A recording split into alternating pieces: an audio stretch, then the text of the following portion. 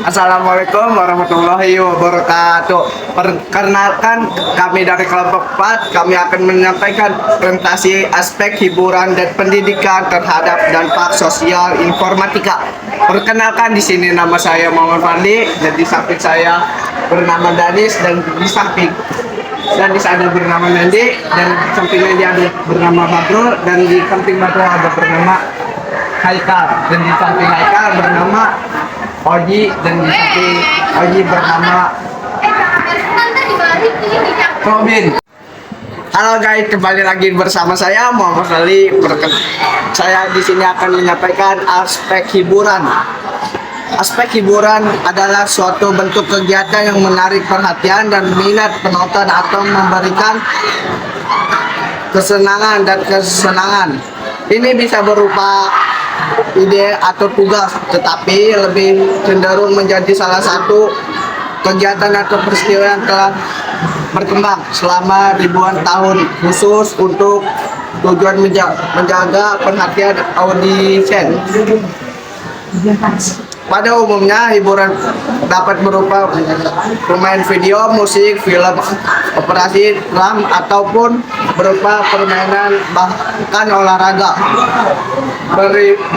Berwisata juga dapat dikatakan sebagai upaya hiburan dengan menjelajahi alam ataupun mempelajari budaya, mengisi kegiatan pada waktu senggang seperti membuat kerajinan, keterampilan membaca juga dapat dikategorikan sebagai hiburan.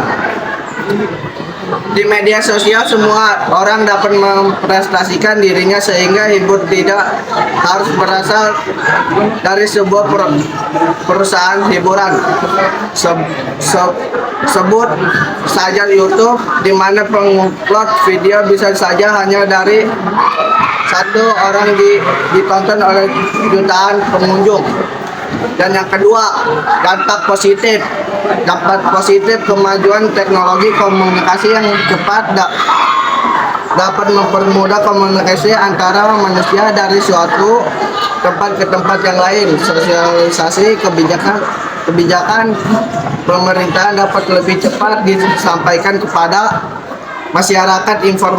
Informasi yang ada di masyarakat dapat langsung dipublikasikan dan diterima oleh masyarakat, mempermudah seseorang di suatu negara mengetahui sebagai macam budaya yang ada di belahan bumi, yang bagi mempermudah adanya pertukaran belajar antara negara, mempermudah pendistribusikan karya-karya anak bangsa seperti musik, film, fakhiran maupun furnitur ke negara-negara tetangga maupun negara-negara berbeda, benua yang mana akan memperkuat identitas negara serta membuat negara semakin dikenal oleh dunia.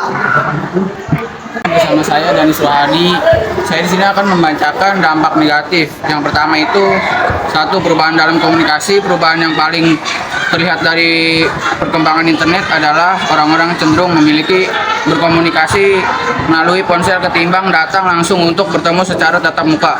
Hal tersebut dapat mengurangi kualitas dari komunikasi tersebut. Selain itu, orang yang sudah kecanduan dengan internet cenderung lebih individualis. Yang kedua, penjajahan.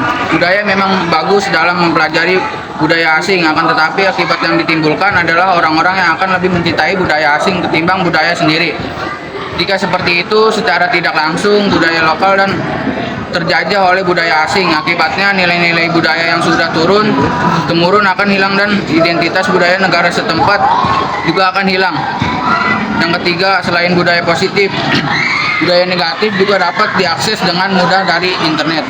Contohnya saja pornografi, kekerasan, dan juga budaya buruk lainnya. Jika yang ditiru oleh budaya negatifnya, maka moral suatu bangsa yang akan menurun, terutama untuk remaja dan juga anak-anak. Maka dari itu perlu adanya filter ketika suatu budaya masuk ke tanah air. Yang keempat, terciptanya antisosial. Kemajuan teknologi juga dapat membuat seseorang akan lebih menikmati waktunya dengan komputer dan di ruang ketimbang bersosialisasi dengan orang lain. Salah satu bahasa kecanduan internet adalah dapat menciptakan antisosial di dalam dirinya, padahal manusia adalah makhluk yang sosial yang artinya sangat membutuhkan manusia yang lain. Yang kelima, munculnya budaya instan kemajuan internet memang benar-benar memanjakan siapapun. Sekarang kita bisa kembali sesuatu tanpa harus keluar dari rumah. Manfaat online Shopee antara lain jika ingin membeli barang dimudahkan dan barangnya pun akan diantarkan. Begitu juga dengan makanan yang kita pesan, cukup beberapa klik makanan sudah bisa diantarkan oleh aplikasi ojek online. Budaya-budaya instan ini dapat memunculkan sikap malas pada seseorang dan itu tentu saja tidak baik untuk tubuh. Terima kasih. Assalamualaikum warahmatullahi wabarakatuh. Saya Vigo Firmansyah. Saya akan melanjutkan materi dari Danis Suhadi Sujana. Yang keenam, komunikasi keluarga menjadi berkurang. Efek dari internet pun juga berpengaruh terhadap komunikasi di dalam keluarga. Cobalah lihat saat anak pulang dari sekolah, lalu ayahnya atau ibu juga pulang dari kerja. Kira-kira apa yang mereka lakukan setelah pulang ke rumah? Mereka lebih banyak memainkan gadget dibanding mengobrol atau satu sama lain mengenai apa yang terjadi hari ini. Hal tersebut juga akan membentuk budaya baru di dalam keluarga. Yang ketujuh, budaya tolong-menolong menjadi hilang. Pernahkah kamu melihat ketika ada kecelakaan apa yang akan dilakukan oleh orang sekitar? Sebagian ada yang menolong, namun tidak sedikit juga lebih banyak yang melakukan foto-foto atau sekadar menonton. Hal tersebut tentu saja mulai mengikis salah satu budaya leluhur mendapatkan viral dunia maya ketimbang menolong orang yang tengah kesusahan. Bukan tidak mungkin budaya gotong royong benar-benar lenyap dari bumi pertiwi. Kapan gaya pemakaian yang mulai berubah? Dulu gaya pemakaian yang dikenakan lebih sopan dan terjaga sikapnya. Sekarang semenjak era internet mulai masuk, terdapat perubahan yang signifikan. Baju ala kebarat-baratan mulai merajalela.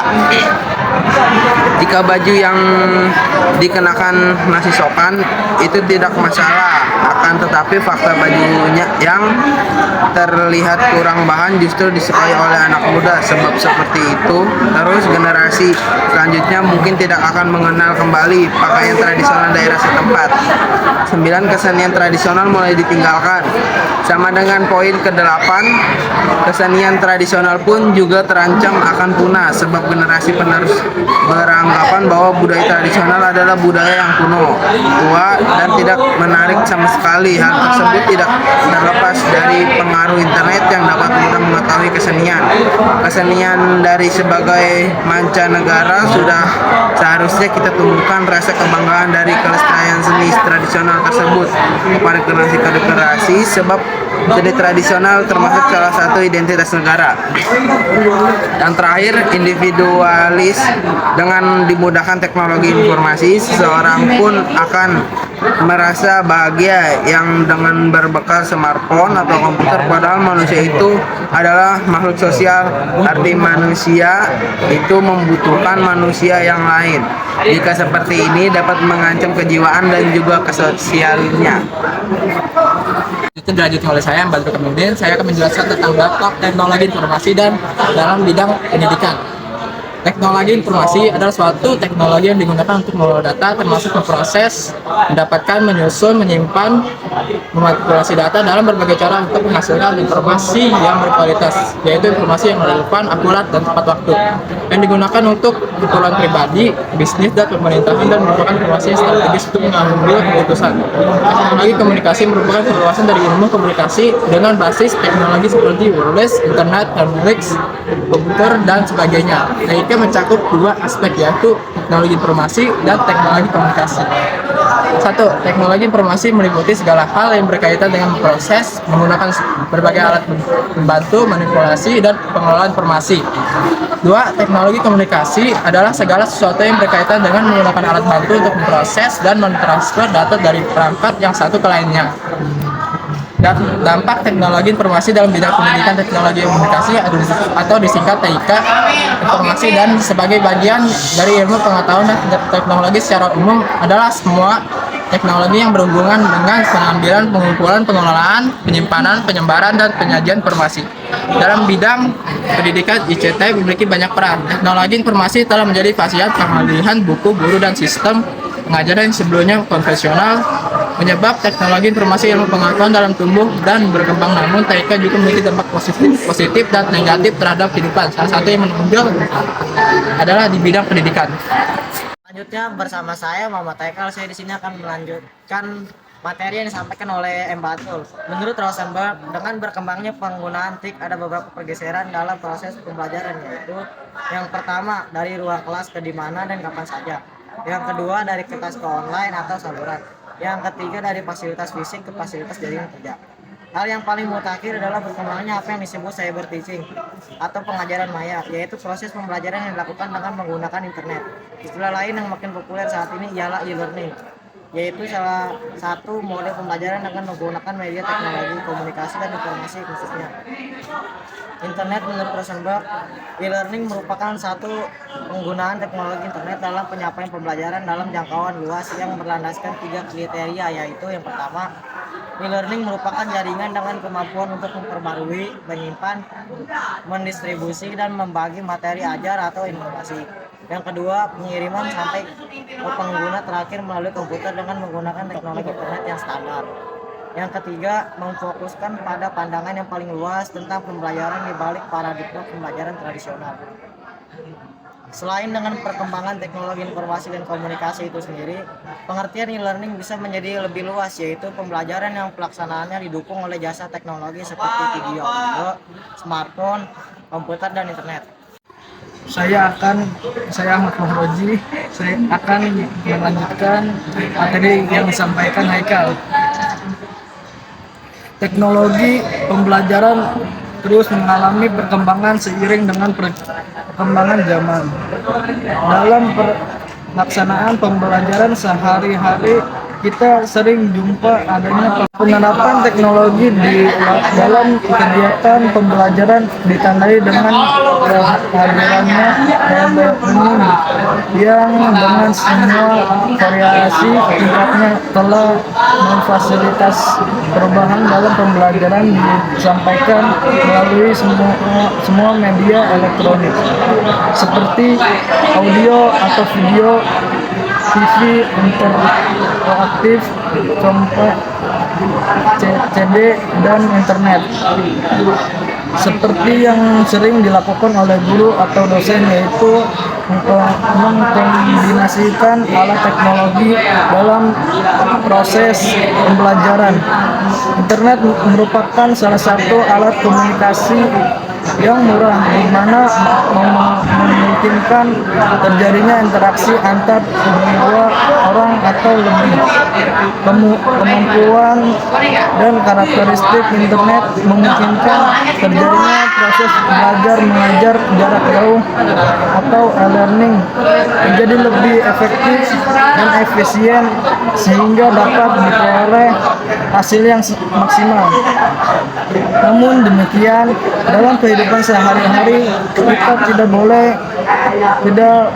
lupa bahwa teknologi itu tidak hanya mendatangkan manfaat positif, melainkan juga akan mendatangkan dampak negatif. Inilah yang harus tetap kita waspadai, mengingat saat sekarang ini sering kita jumpai di mana-mana banyak para pelajar dan mahasiswa yang sering menggunakan fasilitas teknologi tidak sesuai dengan yang diharapkan, sehingga hal ini dapat mendatangkan dampak yang negatif. Dampak positif teknologi informasi dalam pendidikan. 1. Informasi yang dibutuhkan untuk menjadi lebih cepat dan lebih mudah dalam mengakses tujuan pendidikan. 2.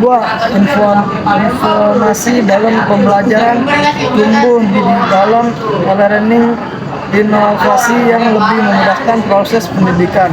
3. Kemajuan TIK juga akan memungkinkan pengembangan telekonferensi, kelas virtual atau kelas yang berbasis yang tidak memerlukan pendidik dan peserta didik berada dalam satu ruangan.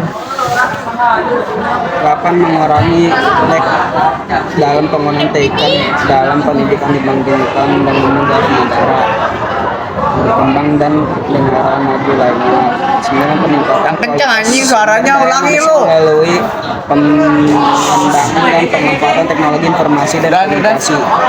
10. ICT sebagai sistem pendukung keputusan dalam dunia pendidikan. Guru meningkatkan kompetensi mereka dalam berbidang pengetahuan dan profil lembaga pendidikan yang diakui oleh pemerintah. Dampak negatif teknologi informasi dalam pendidikan. Ada biaya besar yang terlibat antara siswa miskin dan pendidikan yang biasa berakhir menjadi kerugian. Hal ini sering disebut sebagai faktor kesenjangan digital.